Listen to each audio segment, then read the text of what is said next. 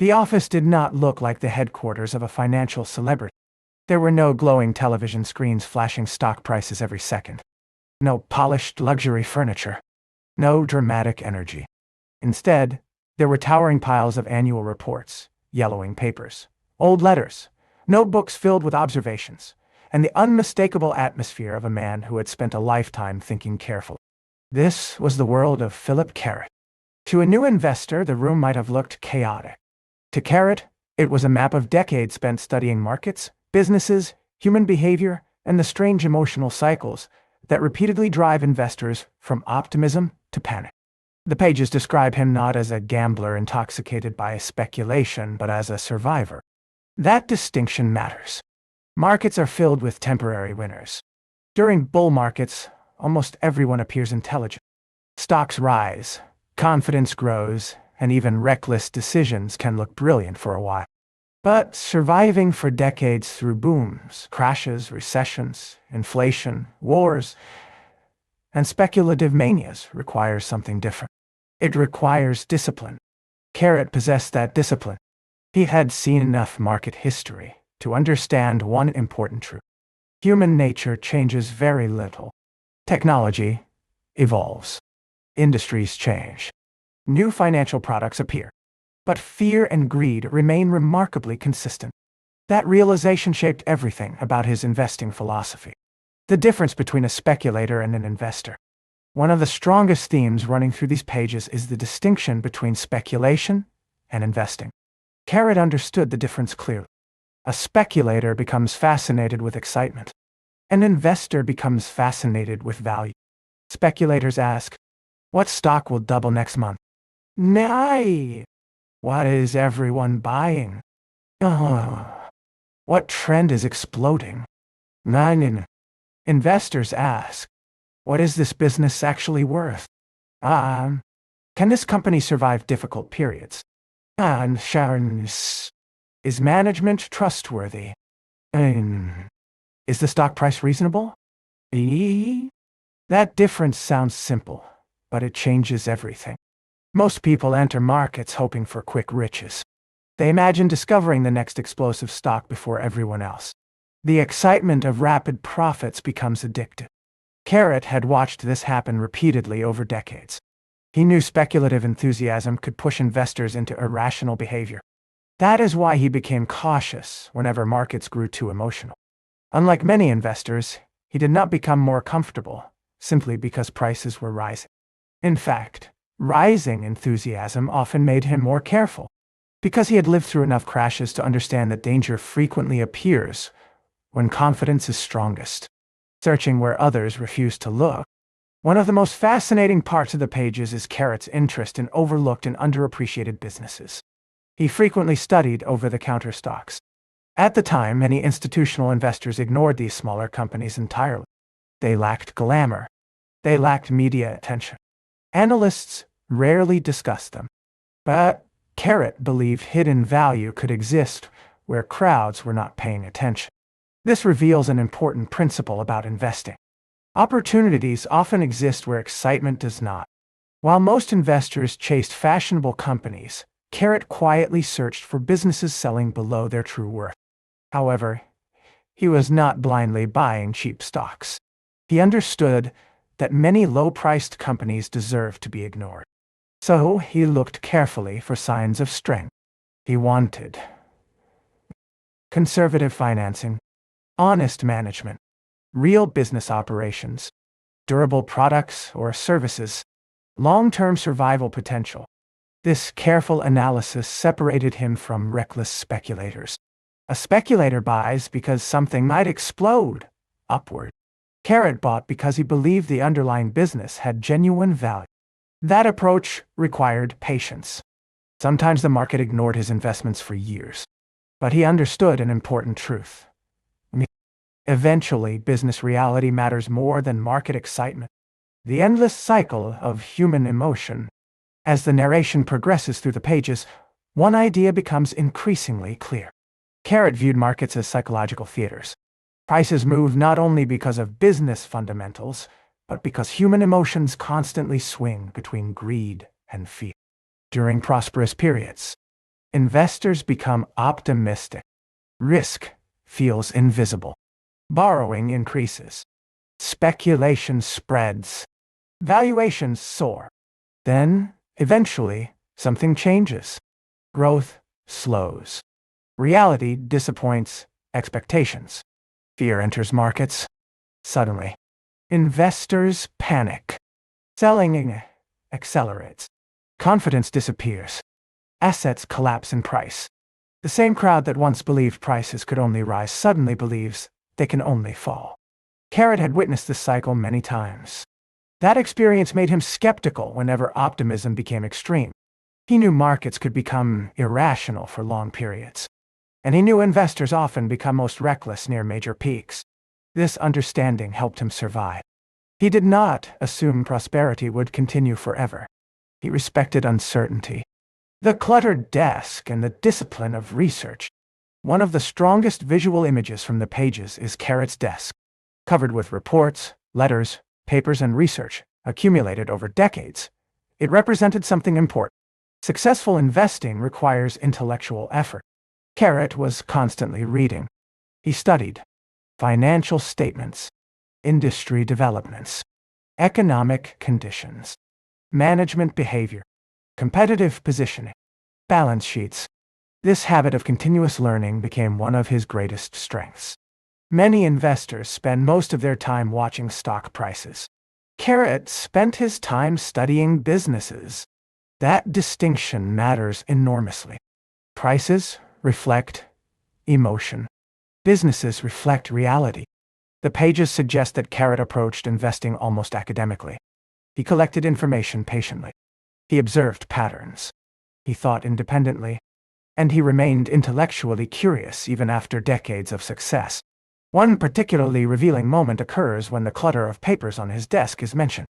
Carret jokes that the desk may never actually have been empty. That small detail says a great deal about his personality. He was not searching for shortcuts. He understood that successful investing requires preparation. For new investors, this lesson is powerful. Markets reward people willing to think deeply while others react emotionally. Yeah, right. Why management matters more than most investors realize. Another recurring theme throughout the pages is Carret's focus on management quality. He understood that businesses are ultimately run by people. Financial statements matter, products matter, industries matter, but leadership matters too. A weak management team can destroy even a promising company. A disciplined management team can guide businesses through severe economic stress. Carret admired managers who avoided reckless borrowing, thought long-term, operated conservatively, told shareholders the truth, focused on business quality rather than stock hype. He distrusted executives who constantly promoted unrealistic dreams. This connected directly to his skepticism toward speculation. Carret understood that some managers become obsessed with growth at any cost. They overborrow. They overexpand. They make extravagant promises. Eventually, reality catches up. For beginners, this lesson remains incredibly relevant.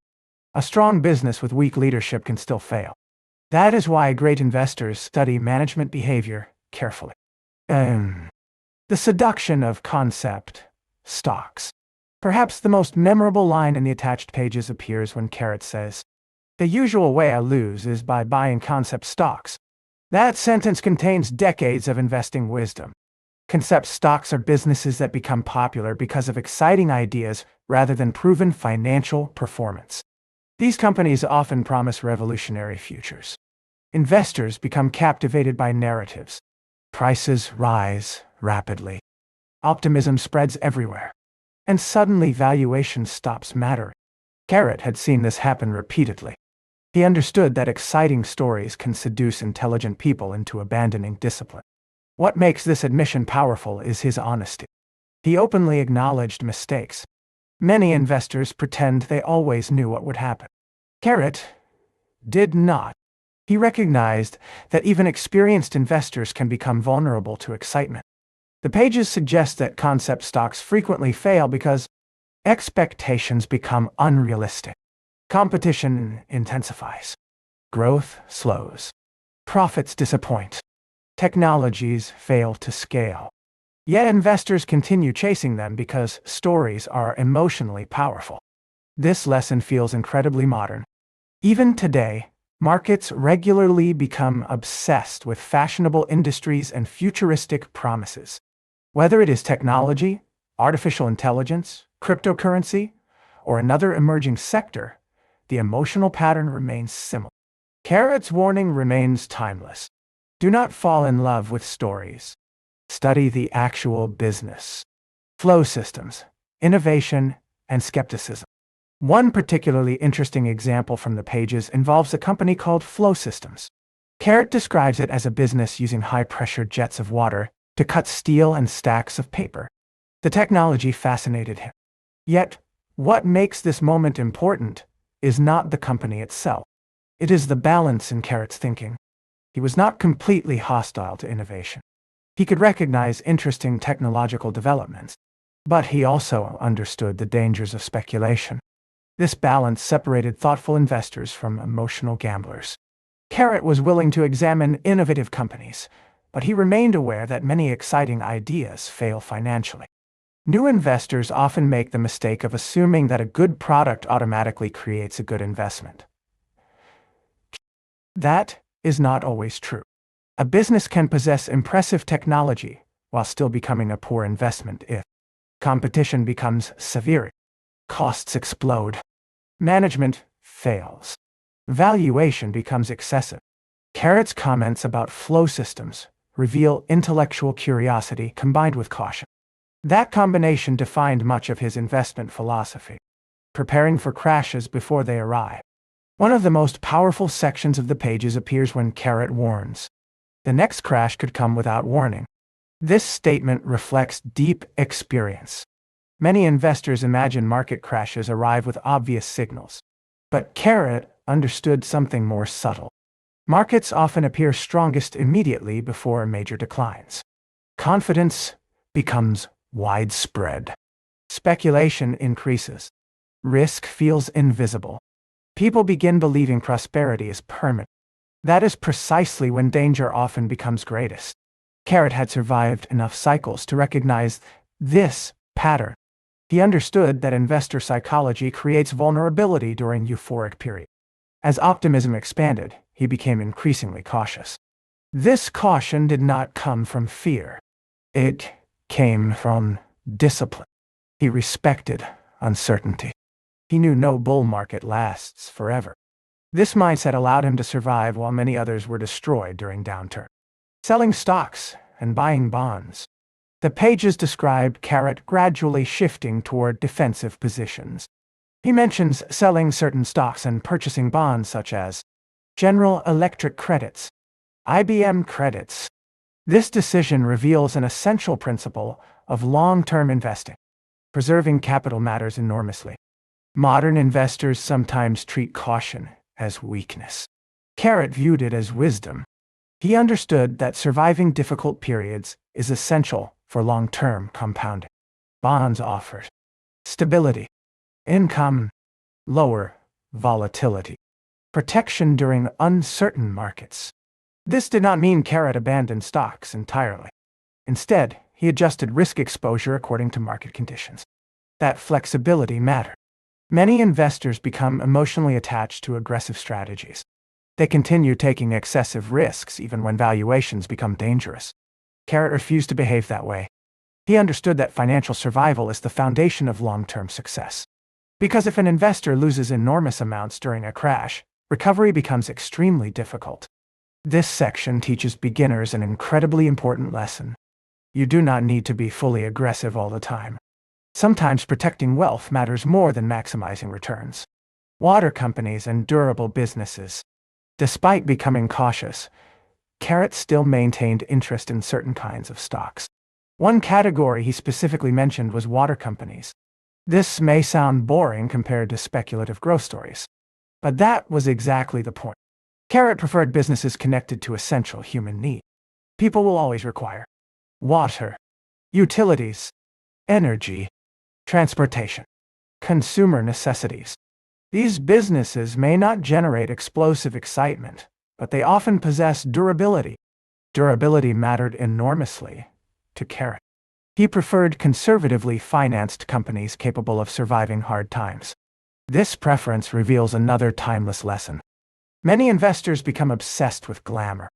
They ignore simple businesses because they appear unexciting. Yet, boring businesses frequently outperform speculative favorites over long periods. Why? Because stable demand creates resilience. A company providing essential services can often continue operating profitably even during recession. Carret understood this deeply. That is why he favored businesses with strong balance sheets and practical economic value. Emotional discipline, the real advantage. As the pages progress, one conclusion becomes unavoidable. Carret's greatest advantage may not have been intelligence alone. It may have been emotional discipline. Most investing mistakes are emotional. People buy because others are buying. Panic because others are panicking. Become overconfident after success. Refuse to admit mistakes. Chase trends emotionally. Carret survived because he remained thoughtful, while others became emotional. During speculative booms, he became cautious. During downturns, he remained rational. That balance is extraordinarily difficult. Human beings naturally seek social confirmation. When everyone around us appears enthusiastic, it becomes emotionally uncomfortable to remain skeptical. When panic spreads, it becomes emotionally difficult to stay calm. Yet, markets reward people who can think independently during emotional extremes. Carret understood this. His calm approach allowed him to avoid many destructive behaviors. For beginners, this may be one of the most valuable lessons in the entire narration. Emotional control is a tremendous investing advantage. The quiet power of patience. Another major theme flowing through these pages is patience. Carret did not approach investing as rapid-fire trading. He believed wealth was built slowly. This mindset contrasts sharply with modern financial culture. Today, investors are surrounded by constant notifications, viral stock tips, social media excitement, short-term speculation, endless predictions. This environment encourages impulsive behavior. Carret represented the opposite philosophy. He understood that compounding requires time. A good investment held patiently for years or decades can become extraordinarily valuable. Many investors sabotage themselves because they constantly chase excitement. They buy and sell impulsively. They interrupt compounding. They react emotionally to short-term volatility. Carret avoided this behavior. He focused on long-term business quality. That patience became one of his greatest strengths. Humility and the ability to learn. One of the most refreshing qualities in the pages is Carret's humility. Despite decades of success, he did not speak like someone who believed he had mastered markets completely. Instead, he openly discussed uncertainty. He admitted mistakes. He remained intellectually curious. This humility protected him from dangerous overconfidence. Many investors become reckless after experiencing success. A rising market convinces them they possess extraordinary skill. Then, eventually, reality humbles them. Carret avoided much of this trap because he respected uncertainty. He understood markets are probabilistic. No investor predicts everything correctly. No strategy works perfectly forever. That realism allowed him to remain adaptable. For beginners, humility is essential. The market punishes arrogance eventually. Investors who believe they cannot fail often take excessive risks. Carret's humility became part of his durability. The true meaning of long-term investing. By the final pages, Carret emerges not as a market prophet, but as something more valuable. A disciplined survivor. He understood that successful investing is not about predicting every market movement. It is about avoiding catastrophic mistakes, remaining emotionally stable, studying businesses carefully, respecting risk, thinking independently, surviving long enough for compounding to work. This philosophy may appear less glamorous than aggressive speculation, but it is far more durable. The pages repeatedly reinforce that wealth creation is usually gradual, not dramatic, not emotional. not dependent on constant excitement.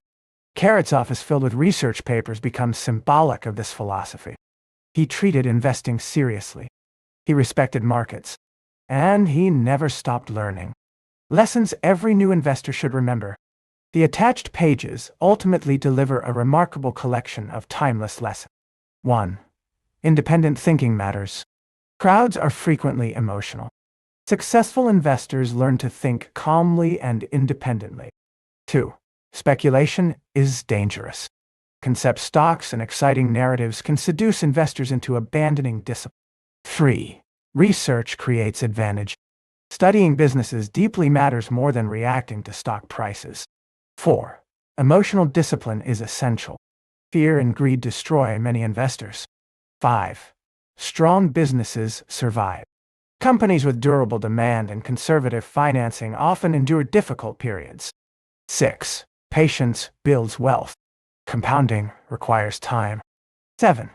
Risk never disappears. Market crashes can arrive unexpected. 8. Humility protects investors. No one predicts markets perfectly. 9. Capital preservation matters. Avoiding devastating losses is essential for long-term success. 10. Learning never ends. Great investors remain curious throughout their lives.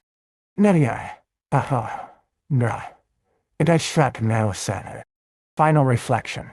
The wisdom of a quiet investor. The attached pages leave readers with the image of an older investor sitting behind a cluttered desk after surviving nearly every type of market imaginable. He had watched investors become euphoric during boom. He had watched them panic during crashes. He had seen fashionable industries rise and collapse. He had witnessed intelligent people make irrational decisions because of emotion. And through all of it, he learned something simple but profound. Long-term investing success depends less on brilliance than on discipline. Philip Carret did not present himself as a genius capable of predicting every market move. Instead, he emphasized patience, research, emotional control, independent judgment, respect for risk, humility. He understood that markets are ultimately driven by human behavior. And because human behavior changes very little, the same emotional mistakes repeat generation after generation. That is why these pages remain so powerful today. Modern investors still chase hype. They still become overconfident during rising markets. They still panic during downturns. They still search for shortcuts. Carret's philosophy cuts through that noise. He reminds investors that wealth is usually built quietly, not through reckless gambling, not through emotional speculation, but through thoughtful decisions repeated consistently over long periods. In the end, the greatest lesson from these pages may be this. The market does not reward excitement forever. It rewards discipline. And investors who learn that lesson early possess an advantage that can last a lifetime.